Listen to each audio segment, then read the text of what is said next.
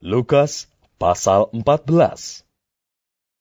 Pada suatu hari Sabat, Yesus datang ke rumah salah seorang pemimpin dari orang-orang Farisi untuk makan di situ. Semua yang hadir mengamat-amati dia dengan saksama. Tiba-tiba, datanglah seorang yang sakit busung air berdiri di hadapannya.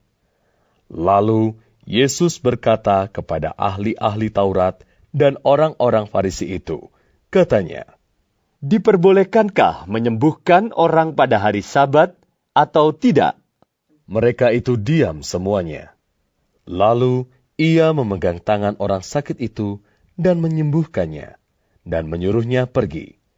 Kemudian ia berkata kepada mereka, "Siapakah di antara kamu yang tidak segera menarik keluar anaknya, atau lembunya kalau terperosok ke dalam sebuah sumur, meskipun pada hari Sabat?" Mereka tidak sanggup membantahnya.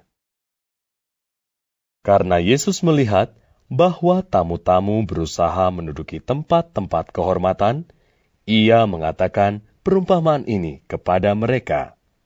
"Kalau seorang mengundang engkau ke pesta perkawinan, janganlah duduk di tempat kehormatan. Sebab mungkin orang itu telah mengundang seorang yang lebih terhormat daripadamu, supaya orang itu yang mengundang engkau dan dia jangan datang dan berkata kepadamu, 'Berilah tempat ini kepada orang itu.' Lalu engkau dengan malu harus pergi duduk di tempat yang paling rendah. Tetapi apabila engkau diundang, pergilah duduk di tempat yang paling rendah.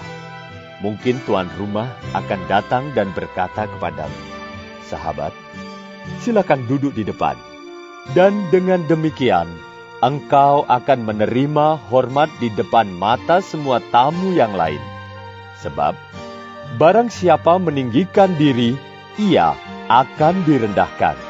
Dan barang siapa merendahkan diri, ia akan ditinggikan."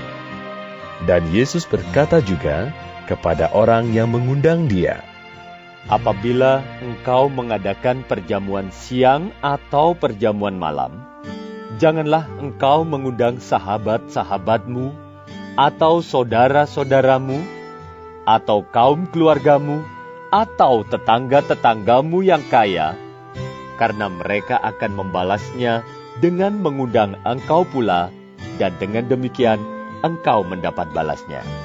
Tetapi apabila engkau mengadakan perjamuan, undanglah orang-orang miskin, orang-orang cacat, orang-orang lumpuh, dan orang-orang buta, dan engkau akan berbahagia, karena mereka tidak mempunyai apa-apa untuk membalasnya kepadamu.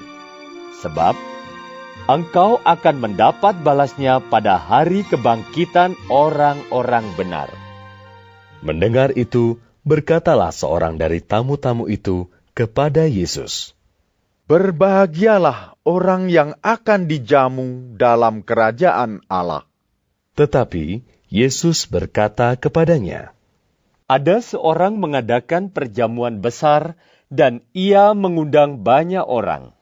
Menjelang perjamuan itu dimulai, ia menyuruh hambanya mengatakan kepada para undangan, "Marilah, sebab segala sesuatu sudah siap."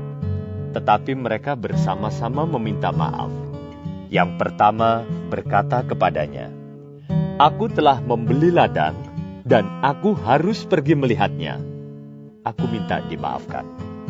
Yang lain berkata, "Aku telah membeli 5 pasang lembu kebiri dan aku harus pergi mencobanya.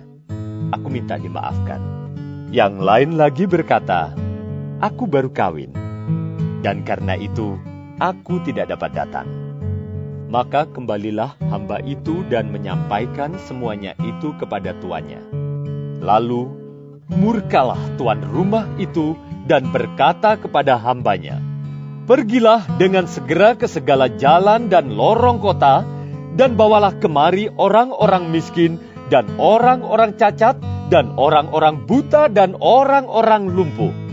Kemudian hamba itu melaporkan, "Tuan, Apa yang Tuhan perintahkan itu sudah dilaksanakan, tetapi sekalipun demikian masih ada tempat.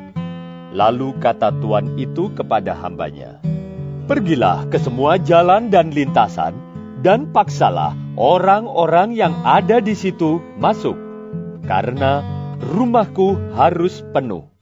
Sebab aku berkata kepadamu, tidak ada seorang pun dari orang-orang yang telah diundang itu akan menikmati jamuanku." Pada suatu kali, banyak orang berduyun-duyun mengikuti Yesus dalam perjalanannya. Sambil berpaling, ia berkata kepada mereka, "Jikalau seorang datang kepadaku dan ia tidak membenci bapaknya, ibunya, istrinya, anak-anaknya, saudara-saudaranya laki-laki atau perempuan, bahkan nyawanya sendiri, ia tidak dapat menjadi muridku. Barang siapa tidak memikul salibnya dan mengikut aku, ia tidak dapat menjadi muridku.